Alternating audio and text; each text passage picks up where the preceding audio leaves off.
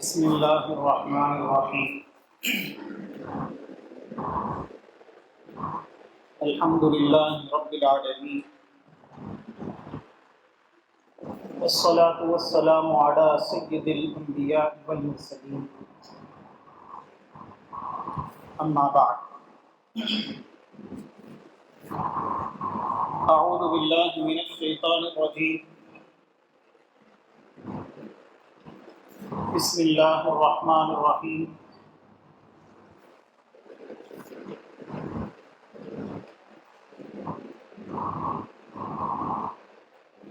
ان تنصروا اللہ ینصرکم ویثبت اقدامکم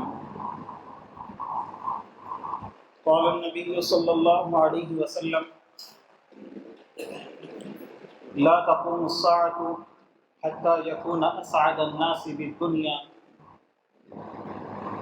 ركع بن ركع أو كما قال عليه الصلاة والسلام.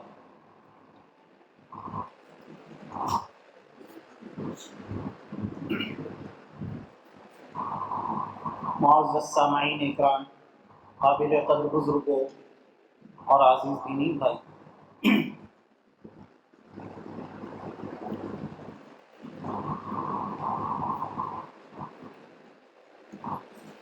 اللہ تبارک و تعالی نے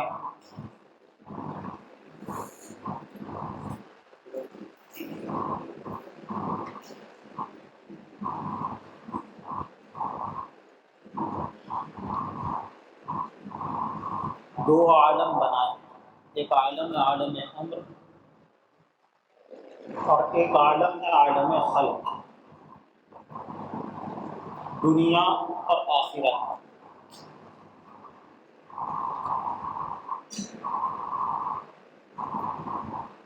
آخرت سے متعلق سنت اللہ، عادت اللہ اور وہاں کے احکام، وہاں کے امور بالکل الگ ہیں، اور عالم خلق یا دنیا تو اس سے متعلق عادت اللہ، سنت اللہ اور اللہ کے احکام بالکل الگ ہیں۔ ہم لوگ ان دونوں کے درمیان میں جو فرق ہے اس کو اچھی طرح سمجھتے نہیں، اور اس فرق کو نہ سمجھنے کی وجہ سے نقصان بھی اٹھاتے ہیں۔ اللہ پاک نے عالم خلق کو، دنیا کو اسباب سے جوڑا۔ آخرت جو ہے وہاں اللہ کی قدرت کار فرما نظر آتی ہے۔ اللہ پاک کلام پاک میں کہتے ہیں کہ جب اللہ پاک کسی چیز کو وجود میں لانا چاہیں، پیدا کرنا چاہیں، تو بس یہ کافی ہوتا ہے کہ کن فیکون، تو اللہ پاک کن کہتے ہیں، وہ چیز وجود میں آ جاتی ہے۔ لیکن کلام پاک میں اللہ پاک نے کہا ہے کہ بھئی یہ جو زمین و آسمان ہے، زمینوں کو، آسمانوں کو اللہ پاک نے 6 دنوں میں پیدا کیا۔ اب سوال ہوتا ہے کہ بھئی زمین و آسمان ہے تو ان کے پیدا کرنے میں 6 دن کیوں لگے؟ اللہ امر کن کے نتیجے میں اس کو پیدا کرتے؟ کیا اللہ قادر نہیں تھے کہ اللہ کہتے ہو جائے تو زمین و آسمان فوراً پیدا ہو جاتے؟ زمین و آسمان کے پیدا ہونے میں 6 دن نہیں لگتے؟ امر کن کا نتیجہ زمین و آسمان بھی ہو جاتے۔ یہ جو 7 آسمان ہیں اور زمینیں ہیں متعدد، تو ان کی پیدائش میں اور زمین کے اندر موجود ساری چیزوں کو پیدا کرنے میں 6 دن کیوں لگے؟ تو یہ جو زمین و آسمان کا تعلق ہے، یہ عالم خلق سے اس کا تعلق، دنیا سے اس کا تعلق ہے۔ اور دنیا تو اللہ پاک کی ایک حکمت رہی ہے، اللہ پاک کی ایک مصلحت رہی ہے۔ اللہ کی حکمت و مصلحت کو انسان اچھی طرح سے سمجھ نہیں سکتا۔ فعال لما یرید، اللہ جو چاہے کرے، اللہ کی مرضی ہے۔ اللہ کی کیا مرضی ہے اللہ ہی جانے۔ ہر ایک اچھی طرح نہیں جان سکتا کہ کیوں اللہ پاک نے ایسے کیا۔ بہرحال دنیا سے متعلق سنت اللہ اور عادت اللہ یہ ہے کہ جہاں اسباب کے دائرے میں رہ کر کے امور انجام پاتے ہیں۔ ہم اور آپ جتنے یہاں بیٹھے ہیں، ہر ایک کو پیدا ہونے کے لیے کم از کم 9 مہینے لگے، کچھ آگے پیچھے ہو سکتا ہے۔ اب سوال ہوتا ہے کہ 9 مہینے کیوں؟ اللہ اگر چاہتے تو امر کن کے نتیجے میں ہمارا وجود ہو جاتا۔ ماں کے پیٹ میں 9 مہینے کیوں رہے؟ یہ 9 مہینے نہیں رہتے، یہ اللہ کا بنایا ہوا ایک پروسیس ہے۔ دنیا کو دارالاسباب بنایا، جو بھی انسان وجود میں آتا ہے تو اللہ کی عادت، اللہ کی سنت یہ ہے کہ 9 مہینے ماں کے پیٹ میں اس کو رہنا پڑتا۔ اسی طرح دنیا سے متعلق جتنی چیزیں ہیں، ہر ایک کو اللہ نے اسباب سے جوڑا۔ بھوک لگتی ہے، کھانا کھانے کو دل چاہتا ہے، تو اب آدمی یہ چاہے کہ اللہ کی قدرت میں تو ہے، اللہ جو چاہے کرے، اور میں نے اللہ کے لیے بہت محنت کی، اللہ کا بہت کام کیا، نمازیں پڑھی، روزے رکھے، ہاں، اور مجھے اور بھی بہت سارے کام ہیں، تو اس لیے میں یہ کرتا ہوں کہ روٹی بنانے کے لیے چولہا گرم نہیں کرتا، آٹا نہیں گوندتا ہوں، بلکہ کیا، جب اللہ پاک سے دعا کرتا کہ اللہ میں نے اتنی نمازیں پڑھی، اتنے روزے رکھے، تیری قدرت میں تو ہے، تو کن کہے تو روٹی پک جائے، اب میں چولہا گرم نہیں کروں گا، آگ نہیں جلاؤں گا، تبا نہیں رکھوں گا، مجھے روٹی چاہیے، بن کے آ جائے۔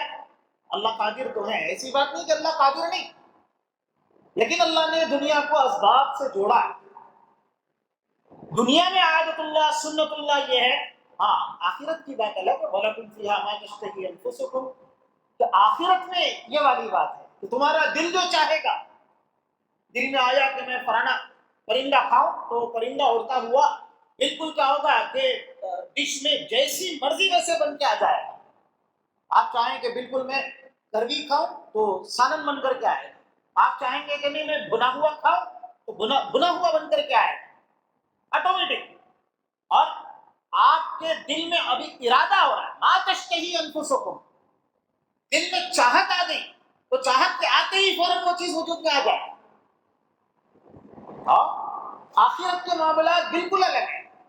حضرت آدم علیہ السلام، حضرت حوا علیہ السلام جنت میں رہتے تھے، تو وہاں پر کیا مضمون ہے کہ اللہ تجوع فیہا ولا تعریٰ، ان کو بھوک نہیں لگتی تھی، پیاس نہیں لگتی تھی، لباس کی ضرورت نہیں تھی، جنتی لباس وہ پہنے ہوئے تھے، آٹومیٹک رہتا تھا، وہ روزانہ اتارنے کی چڑھانے کی ضرورت نہیں پڑتی تھی، لباس کی کوئی ضرورت نہیں تھی،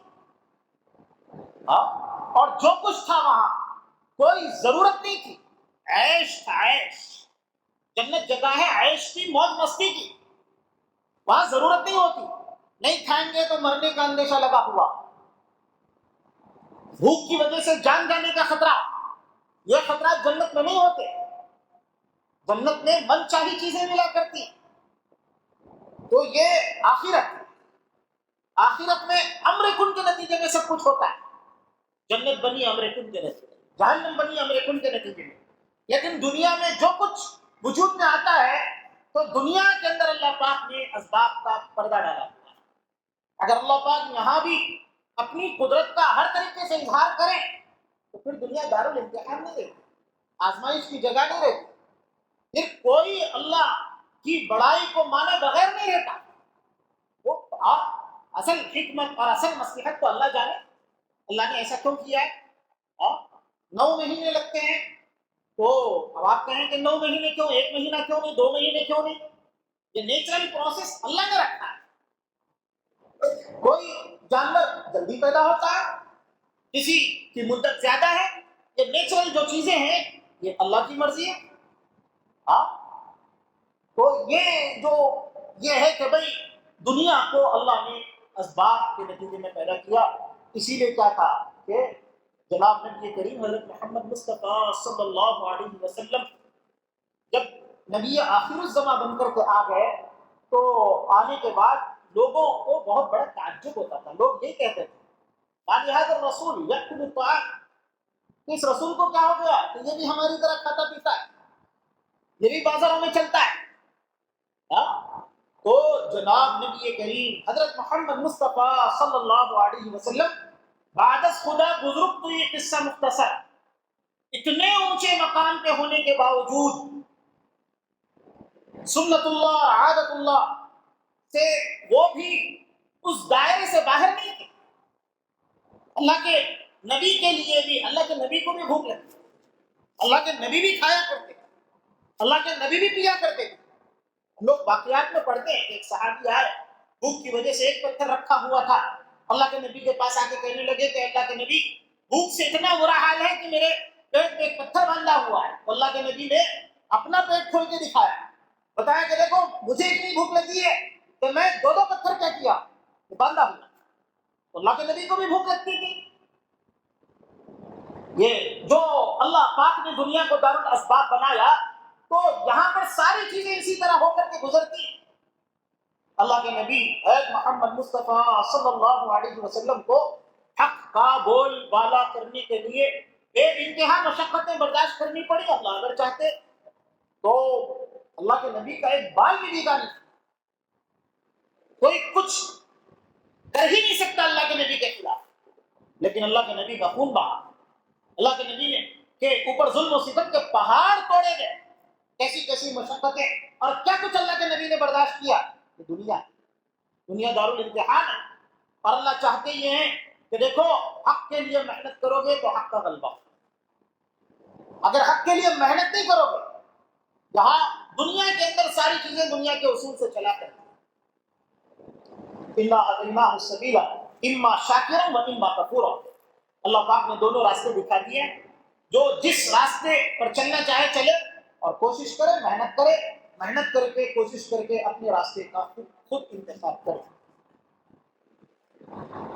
یہ بنیادی مضمون ہے جو میں نے آپ حضرات کے سامنے پیش کیا ہے. اس مضمون کے پیش کرنے کا مقصد یہ ہے کہ دیکھیے، اگر ہم یہ چاہتے ہیں کہ دنیا میں امن پھیلے، امان پھیلے، سکون ہو، عافیت ہو، اور ایک انسان کو دوسرے انسان سے، بلکہ کائنات میں ایک مخلوق کو دوسرے مخلوق سے کوئی خطرہ لاحق نہ ہو، کوئی پریشانی لاحق نہ ہو، سب عافیت کے ساتھ رہیں، تو عافیت امن اتنی بڑی چیز ہے کہ نبیوں نے دعائیں مانگی. حضرت ابراہیم علیہ السلام نے جب وہ بیت اللہ کی تعمیر کی تھی تو یہی کہا تھا کہ هذا البلد آمن، اس شہر کو کیا کرنا، امن والا بنانا. یہاں ظلم و ستم نہ ہو، یہاں نا انصافی نہ ہو، یہاں پارشیلٹی نہ ہو، یہاں ایک انسان دوسرے انسان پہ حکومت نہ کرے، بلکہ کیا ہو کہ ہر انسان کو اس کا حق ملے، امن عام، عافیت عام. تو اگر امن چاہیے، عافیت چاہیے، تو اس کے لیے بھی ہمیں ہی آگے آنا پڑے گا. اگر ہم اللہ کے احکام کو پورا نہیں کریں گے تو پھر امن و عافیت ہم سے اڑ جائے، ختم ہو جائے، اور ظلم و ستم سے کوئی طاقت گویا ظلم و ستم کو روک نہیں سکتی. اگر انسان اپنا جو کردار ہے وہ کردار ادا کرنے سے پیچھے رہ جائے تو یہ اسباب کی جگہ ہے. تو یہاں پر ہم کو کیا کرنا پڑے گا؟ اگر ظلم پھیل رہا ہے، ظلم پنپ رہا ہے، اللہ کے نبی حضرت محمد مصطفیٰ صلی اللہ علیہ وسلم جب آئے تھے تو اتنی سخت محنتیں اللہ کے نبی نے کی، پورے عالم کا رخ بدل دیا. اس سے پہلے بھی میں نے یہ بات کہی تھی کہ اللہ کے نبی کی آمد سے پہلے کی دنیا اٹھا کر کے دیکھ لو کہ کس قدر انسان غلامی کی زنجیروں میں جکڑا ہوا اور کیا حالت. لیکن جب اللہ کے نبی آ گئے تو کیسے حالات پیدا ہوئے، اور اللہ کے نبی کے آتے جانے کے بعد بھی زیادہ وقت بھی نہیں گزرا، تھوڑے ہی وقت کے اندر پوری دنیا کا نقشہ بدل گیا، پوری دنیا کا نقشہ. اور کیسے حالات سامنے آئے تصور نہیں کر سکتے ہیں. اللہ کے نبی محمد مصطفیٰ صلی اللہ علیہ وسلم اس دنیا سے رخصت ہوئے تو آپ کا جانشین جو بنا، وہ جانشین بھی کون بنا؟ پورے روئے زمین پر سب سے بڑا جو متقی تھا، سب سے بڑا جو پاک باز تھا، سب سے بڑا جو عادل تھا، اس سے بڑا شریف پورے روئے زمین پہ کوئی نہیں تھا. ابو بکر صدیق رضی اللہ تعالیٰ عنہ آپ کے جانشین بنے. اس کے بعد کون بنے؟ حضرت عمر رضی اللہ تعالی عنہ، اس زمانے کے اور پورے روئے زمین کے سب سے پاک باز، سب سے معزز، سب سے شریف، ان سے شریف ان کے زمانے میں کوئی اور نہیں تھا، وہ حاکم وقت بنے۔ اس کے بعد تو حضرت عثمان غنی آئے، تو وہ بھی کیا تھے کہ اپنے زمانے کے انتہائی شریف اور سب سے اونچے معیار پر شرافت کے اخلاق کے وہ فائز تھے۔ اس کے بعد حضرت علی آئے رضی اللہ تعالی عنہ، تو یہ جو لوگ تھے انتہائی پاک باز، اور یہی لوگ حاکم بھی بنے، حکمران بھی بنے۔ یہ اللہ کے نبی اے محمد مصطفیٰ صلی اللہ علیہ وسلم کے قدموں کی برکت ہے، ورنہ دنیا ایسے حکمرانوں کو نہیں دیکھ سکتی تھی، اور یہ حالات ایسے پلٹی کھا جائے کہ انتہائی شریف انسان کرسی پر بیٹھ جائے، حکومت کرے، عادل بادشاہ بن جائے، خلیفہ بن جائے، اور انتہائی ایسے نیک لوگ ایسے عہدوں پر فائز ہو جائے، اور وہ دنیا کو سنبھالے، دنیا کی باغ دوڑ ان کے ہاتھ میں آئے۔ یہ منظر اللہ کے نبی سے پہلے دنیا نے نہیں دیکھا۔ اللہ کے نبی کے بعد دنیا نے دیکھا کہ دیکھو حکومتوں پر آنے والے بھی انتہائی شریف، اپنے زمانے کے پاک باز، جو سب سے زیادہ شرافت میں اونچے معیار پر ہوں گے، وہ میرے بعد کیا کریں گے کہ حاکم بنیں گے، حکومت کریں گے۔ حکومتیں اگر کریں گے تو ایسے اچھے لوگ حکومتیں کریں گے۔ یہ انقلاب اللہ کے نبی محمد مصطفیٰ صلی اللہ علیہ وسلم کے نتیجے میں آیا۔ حضرت ابو بکر صدیق رضی اللہ تعالی عنہ جب خلیفہ بنے تو ایک بڑھیا رونے لگی، کہنے لگی کہ بھائی میرے ضرورت کے کام تھے، وہ میرے ضرورت کے کام جو ہے حضرت ابو بکر صدیق رضی اللہ عنہ کر لیا کرتے تھے، لیکن لوگوں نے اب ان کو امیر المؤمنین بنا دیا، تو اب تو یہ خلیفہ وقت بن گئے، تو اب تو یہ بہت بیزی ہو جائیں گے، مصروف ہو جائیں گے۔ ہاں سی ایم پی ایم ہم لوگوں کے دماغوں میں تو بس یہی ہوتا ہے نا، اس سے بڑا عہدہ تھا یہ امیر المؤمنین کا۔ تو یہ کہا کہ اب اس معمولی بڑھیا کو یہ کیا یاد رکھیں گے؟ تو حضرت ابو بکر صدیق رضی اللہ عنہ نے کہا کہ کیا ہوا اگر میں خلیفہ بن گیا تو اعمال نبوت سے ہاتھ دھو بیٹھوں گا؟ نہیں، جیسے میں خلیفہ بننے سے پہلے تمہاری خدمت کرتا تھا، خلیفہ بننے کے بعد بھی خدمت کرتا۔ حضرت عمر رضی اللہ تعالیٰ عنہ کا دور خلافت آیا، کیسے آپ حکمران تھے کہ پوری دنیا کو عدل و انصاف سے بھر دیا، اور قیامت تک ایسے انسان ملنا شاید کہ بہت مشکل، بہت مشکل۔ دنیا تو یہ کہتی ہے کہ اگر عمر رضی اللہ تعالیٰ عنہ ایک 10 سال اور باقی رہتے تو پوری دنیا کو امن سے بھر دیتے، پوری دنیا کو، روئے زمین کا کوئی خطہ، کوئی چپا ایسا باقی نہیں رہتا جہاں تک امن نہیں پھیلتا، عدل نہیں پھیلتا۔ فاروق جو عمر فاروق تھے تو ان کی جو عدالت تھی پوری دنیا کا چپا چپا روشن ہو جاتا، اور دنیا کا کوئی خطہ اور کوئی گوشہ ایسا باقی نہیں رہتا جہاں تک حضرت عمر رضی اللہ تعالیٰ عنہ کا انصاف نہ پہنچتا۔ کیسے حاکم تھے، اور کس قدر اکاؤنٹیبلٹی آپ کے اندر، اللہ کا تقوی اور اللہ کا ڈر، حاکم ہونے کے جو صفات ہیں کس طرح ان کے اندر کوٹ کوٹ کے بھرے ہوئے۔ ایک مرتبہ کیا ہوا، اس سے پہلے میں نے واقعہ سنا ہے 2 چادروں والا، اس کے علاوہ بھی بے شمار ان کے واقعات ہیں، کچھ واقعات میں آپ حضرات کے سامنے رکھ دوں تاکہ پتہ چلے کہ اللہ کے نبی جو انقلاب لے کر کے آئے تھے۔ اب ہم لوگ یہ سمجھتے ہیں کہ سیاست اسلام کا حصہ نہیں ہے، تو کیا ابو بکر صدیق رضی اللہ عنہ نے سیاست نہیں کی؟ کیا حضرت عمر فاروق رضی اللہ تعالیٰ عنہ نے سیاست نہیں کی؟ 22 لاکھ مربع میل پہ حکومت کرنا کوئی کھیل ہے؟ کوئی کھیل ہے؟ جب تک اللہ کے نبی کے سے تربیت آپ نے حاصل نہیں کی اور کیسا نمونہ پیش کیا تو 22 لاکھ مربع میل پہ حکومت کی، اور نبوی منہج کے مطابق حکومت کر کے دکھلا اور بتلا دیا کہ غربت کا خاتمہ کیسے کیا جاتا ہے۔ تو ایک مرتبہ کیا ہوا کہ بیت المال کے کچھ انتہائی سخت گرمی کا موسم ہے، ہمارے یہاں تو ویسی گرمی ہوتی بھی نہیں، گرمی کے دن چل رہا، لیکن عرب کی گرمی، سخت دھوپ کے عالم میں حضرت عمر رضی اللہ عنہ باہر نکل کے اونٹوں کو ڈھونڈ رہے ہیں۔ کہا کہ اے امیر المؤمنین، اگر بیت المال کے اونٹ کچھ گم بھی گئے تو آپ کو اس قدر مشقت کرنے کی کیا ضرورت ہے؟ آپ امیر المؤمنین ہیں، ہاں تو اونٹ مل جائیں گے، لیکن ان کو فکر تاریخ، ٹھیک ہے میں کسی دوسرے کو بھیج بھی دوں، لیکن میرے اندر کی جو آگ لگی ہوئی ہے نا کہ اگر کوئی اور تھوڑی بہت کوتاہی کرے اور یہ اونٹ کیا ہو جائے، غائب ہو جائیں اور ہماری دسترس سے باہر ہو جائیں، تو کل کو تو اللہ پاک مجھے پکڑیں گے کہ تم حاکم تھے، تم خلیفہ تھے، اور یہ اونٹ میرے اپنے ذاتی اونٹ نہیں ہے۔ اگر یہ ذاتی اونٹ گم ہو جاتے تو بات الگ ہوتی، یہ تو بیت المال کا مال ہے، یہ تو عام مسلمانوں کا مال ہے، یہ اونٹ اگر گم جائیں گے تو میدان محشر میں اور آخرت میں اللہ کو میں کیا جواب دوں گا؟ تو وہ خود نکل گئے امیر المؤمنین ہونے کے باوجود۔ یہ ان کا گویا کیا تھا کہ تقویٰ تھا، یہ ان کا ڈر تھا۔ تو یہ حالات ہیں، اور اس طریقے کے حالات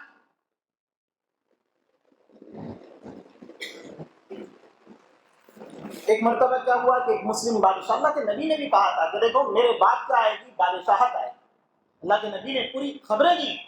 تو مسلم بادشاہوں کے بھی واقعات، ایک مرتبہ کیا ہوا کہ ایک مسلم بادشاہ کی فوجی جو رہتے ہیں نا، ان فوجیوں نے ایک گائے پکڑ لی، گائے پکڑ کے ذبح کر دی اور کھا گئے، ضرورت تھی تو کھا گئے۔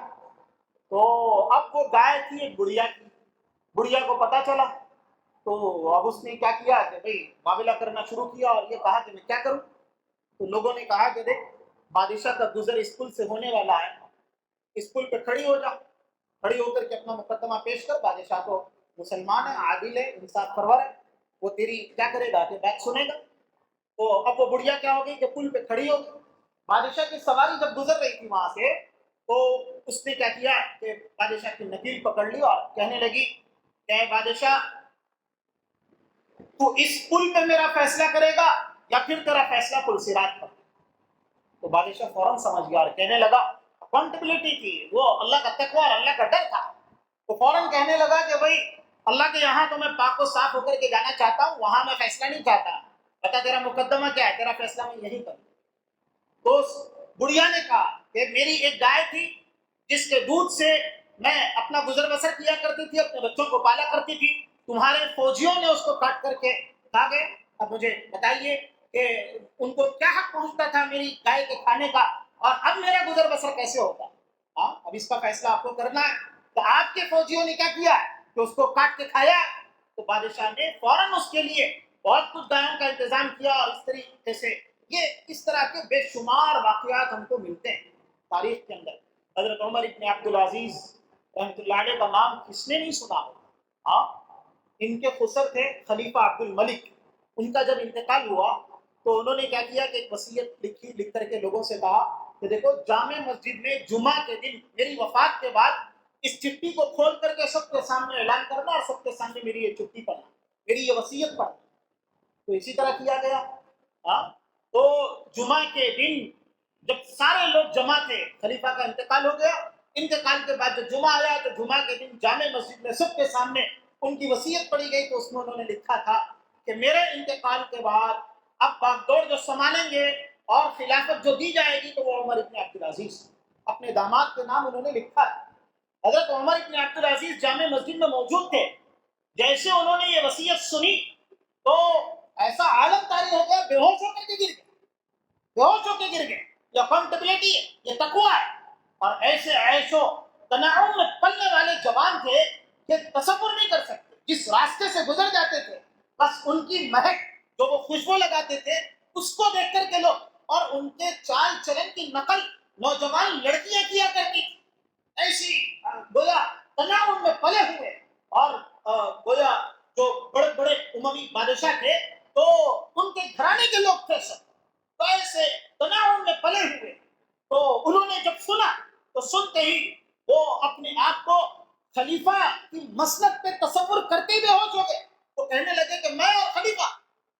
ہاں، اور جب وہ خلیفہ بن گئے تو بننے کے بعد اپنی بیوی کو بلایا، بیوی کو بلا کر کے بیوی سے کہا کہ دیکھو اب تم فیصلہ کرو، تمہیں میرے ساتھ رہنا ہے یا میں تمہیں طلاق دوں اور تم مجھ سے الگ ہو جاؤ۔ تو بیوی کہنے لگی میرا قصور کیا ہے؟ ہاں، آپ خلیفہ بن گئے، مجھے طلاق دینا چاہتے ہیں، کیا مطلب؟ کیا مطلب؟ میرا جرم کیا ہے؟ میرا قصور کیا ہے؟ مجھے کیوں طلاق دینا چاہتے ہیں؟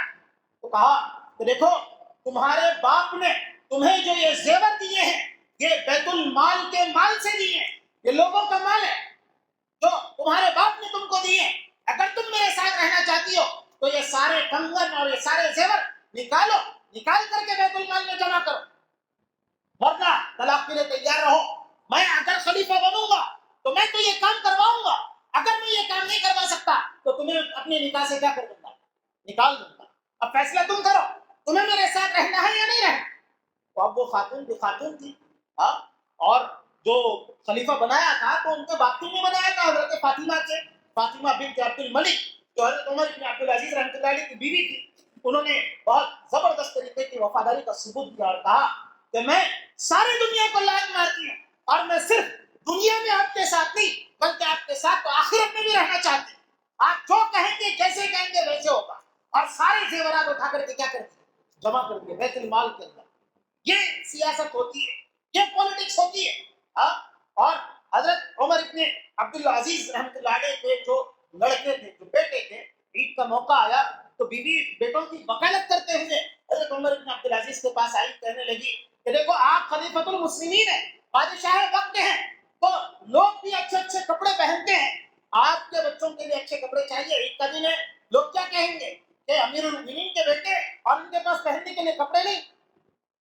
تو حضرت عمر بن عبد العزیز جو خلیفہ بننے سے پہلے بالکل تناؤ میں عیش و عشرت میں پلتے تھے، انہوں نے کیا کیا؟ انہوں نے یہ کہا کہ دیکھو بھائی، میرا تھوڑا بہت جو وظیفہ ہے وہ وظیفہ میں تمہارے ہاتھ میں رکھ دیتا ہوں، اس سے جو کرنا ہے کرو، پورے مہینے کا خرچہ نکالو اور اگر کچھ بنتا ہو تو بنا دو.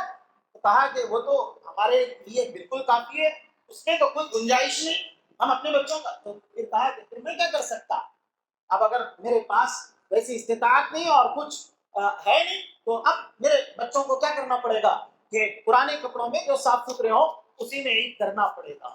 تو یہ ان کا تقویٰ، یہ ایسی طریقے سے انہوں نے کیا کیا. لیکن اللہ کے نبی محمد مصطفیٰ صلی اللہ علیہ وسلم نے اپنے زمانے میں ایک بات کہی، کیا کہا تھا کہ لا تقوم الساعہ، دیکھو قیامت قائم نہیں ہوگی، میرے جانے کے بعد دنیا میں ایسے ایسے لوگ دیکھے، ایسے ایسے حکمران دیکھے جو میرے منہج کے مطابق حکومت کرتے ہیں. تو ایسی مثالیں پوری دنیا کے سامنے آ گئی. لیکن یاد رکھو قیامت تو اس وقت تک قائم نہیں ہوگی، دنیا پلٹے گی. ایک دور ایسے بھی آئے گا کہ حتی یکون اسعد الناس بالدنیا، دیکھو دنیا کا خوش ترین انسان، خوش نصیب انسان وہ ہوگا جو لقع ابن لقعین ہوگا، جو کمینہ ابن کمینہ ہوگا. ایسے لوگ عہدوں پر آئیں گے، ظلم کا دور آئے گا، ظلم کی حکومت آئے گی. تو جب وہ دور آ جائے گا تو اس وقت میں جو حکمران اور حکومت کی کرسیوں پر بیٹھے ہوئے لوگ ہوں گے وہ انتہائی کمینے اور رذیل قسم کے لوگ ہوں گے، اور نسل در نسل یہ کمینہ پن ان کی نسل میں نہیں چلے گا. لقعین کے الفاظ ہیں اللہ کے نبی محمد مصطفیٰ صلی اللہ علیہ وسلم. اللہ کے نبی نے پہلی کہا تھا، آج وہ منظر ہمارے سامنے ہے. آج کے حکمرانوں کو دیکھ لو، یہ لقعین تو اللہ کے نبی کے الفاظ تھے، کیسے صادق آتے ہیں. آج کے حکمران ویسے نظر آتے ہیں جیسے قرآن پاک نے نقشہ کھینچا تھا. بس میں اس نقشے کو بتا کر کے اپنی بات کو ختم کرتا. آئندہ بعد انشاءاللہ آئندہ جمعہ ہوگی. کلام پاک نے کہا تھا کہ ظالموں کا تعارف کرواتے ہوئے کہ ظالم کیسے ہوتے ہیں. جب ظالم حکومتوں پر آتے ہیں تو شریفوں کا جینا وہ حرام کر دیتے ہیں. وہ کہتے ہیں لنخرجنکم، کہ ہم تم کو تمہاری زمینوں سے نکالیں گے. اور پھر کیسے ہوتے ہیں ظالم؟ ظالم جب آتے ہیں تو اپنے نشے میں چور ہوتے ہیں. انا ربکم الاعلی، یہ سمجھتے ہیں کہ حکومت کے عہدے ہمارے پاس آ گئے، کچھ مال آ گیا، کچھ پیسہ آ گیا تو دنیا میں کوئی ہمیں چیلنج نہیں کر سکتا. اور وہ کمزوروں کو آنکھیں دکھانا شروع کر دیتے. کہتے ہیں اگر ہماری حکومت میں رہنا ہے ہاں تو ہمارے آگے جھکنا پڑے گا. او لتعودن فی ملتنا، تم کو کیا کرنا پڑے گا؟ ہماری بات ماننا پڑے گا، ہماری مرضی سے جینا پڑے گا، ہم جو کہیں گے وہ کرنا پڑے گا، ہم جو کہیں گے اور ہم جو تمہارے لیے دستور بنائیں گے اس دستور کو تمہیں فالو کرنا پڑے گا. ہماری آزادی کو ایسے لوگ مسلط کر لیتے ہیں، چھین لیتے ہیں. قرآن کہتا ہے ظالموں کا تعارف کرواتے ہوئے کہ ظالم ایسے لوگ ہوتے ہیں جب یہ حکومتوں پر آ کر کے ظلم کرتے ہیں تو لوگوں کی آزادیاں چھین لیتے ہیں. ان کو نمازیں پڑھنے کی آزادی نہیں، ان کو روزے رکھنے کی آزادی نہیں ہوتی، ان کو اپنی مرضی کے مطابق جینے کی آزادی نہیں ہوتی. وہ صاف کہتے ہیں اگر تمہیں ہماری سلطنت میں، ہماری حکومت میں رہنا ہے تو تمہیں ہمارا دیا ہوا مذہب، ہمارا دیا ہوا دین، ہمارا دیا ہوا دستور اختیار کرنا پڑے گا. اور فرعون کا تذکرہ کرتے ہوئے کلام پاک نے کہا یذبحون ابناءکم، دیکھو یہ ظالم تمہاری طاقت کو ختم کرنا چاہیں گے. نوجوانوں کو، بیٹوں کو، جو نر، جو گویا میل جو ہوتے ہیں نا، میلوں پر ان کی نظر ہو، یعنی نر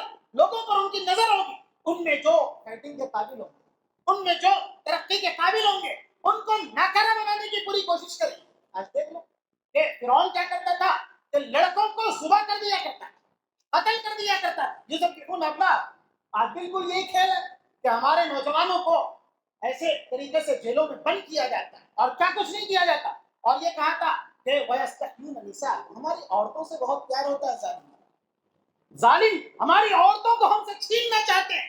آپ دیکھ لو کہ یہی سارے حالات ہیں جو قرآن ظالموں کا نقشہ کھینچتا ہے. اللہ اور اگر ہم یہ چاہتے ہیں کہ اس ظلم سے ہم نجات پائیں تو بھائی ہم کو تو اپنا کردار ادا کرنا. اب یہ جو موقع آگے آنے والا ہے ظالموں کو ان کی کرسی سے ہٹانے کے لیے ہمیں اپنے ووٹ کا صحیح استعمال کرنا انتہائی ضروری ہے.